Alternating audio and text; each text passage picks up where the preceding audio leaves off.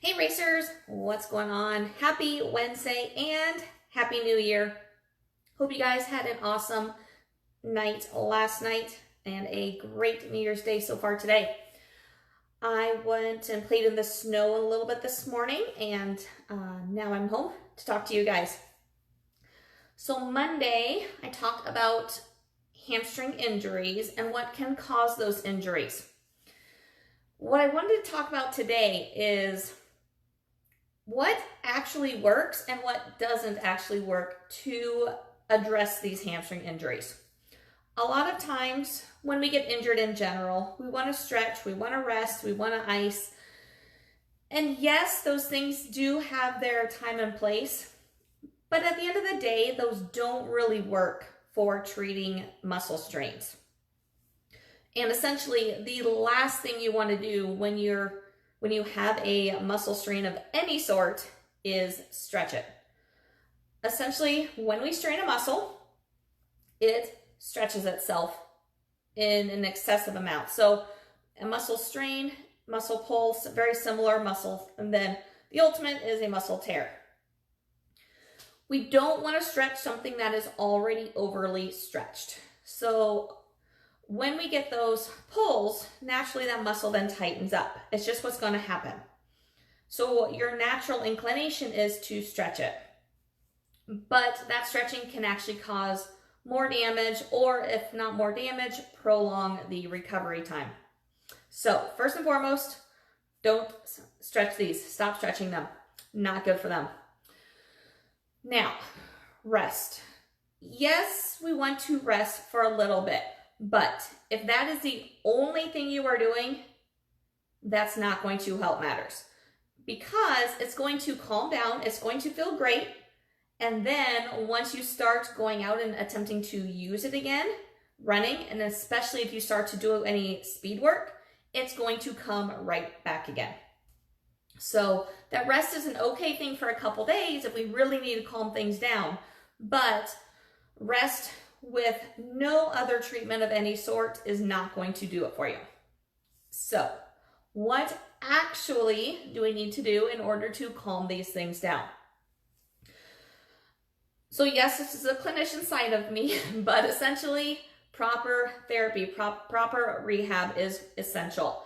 Now when I say proper, there's a reason for that, because you can get all the modality stuff in the world. That's not going to take care of it. What is going to take care of it is getting those fibers realigned so they can heal properly, getting blood flow in the area so it can heal well, and ultimately breaking up whatever tightness or scar tissue, adhesions, anything like that that has formed in the area. So there's a lot of techniques that can work for that. I know what I use.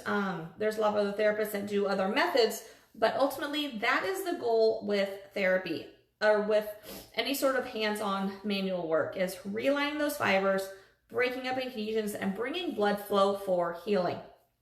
Now, along with that, we do need to start loading those tissues to actually get them to start activating again in a good protected environment. So what does that look like? I'm going to fast forward to my third point, and then we'll come back to point number 2. Eccentric and loading, or lengthening under loading. What do I mean by this? So I mentioned in that first video that our hamstring injuries are due to that eccentric control not activating enough, or maybe not activating under fatigue. So we need to actually train that muscle eccentrically. Plus, when we do have these types of injuries, we want to actually use them eccentrically for that lengthening phase rather than actually concentrically, which is that bending phase.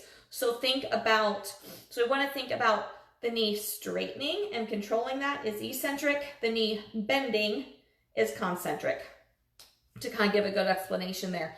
So we want to make sure we're actually loading it in a safe manner, which is that eccentric motion, that nice controlled motion under very, very light load.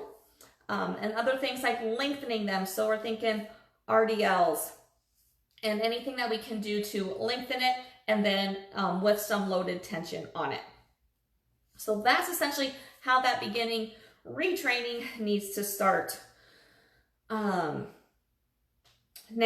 running technique. If you're injured when running, a lot of this, yes, it can come down to fatigue, but like I mentioned in the first video, overstriding is a big cause of these issues. So I'm always going to look at running technique and see what is someone doing when they're running that is still causing increased pull on that hamstring. There's a lot of things that can be going on in that process. And so if you can dial that in, figure out what you're doing with your running technique that continues to flare you up, then you can calm things down sooner. The sooner you address the thing that is causing this, the sooner you can actually get back to running and training and racing like you want to. So I know I threw a lot out there for you guys. If you have any questions, definitely reach out to me directly through Messenger, or feel free to ask your questions on this post. And also any comments you have, if you think I'm totally off base, I would love to hear those comments as well. Yeah, that's what I got for you. Hope you are having an amazing New Year's Day. Have an awesome, safe rest of your New Year's, and we'll talk more later. Bye, guys.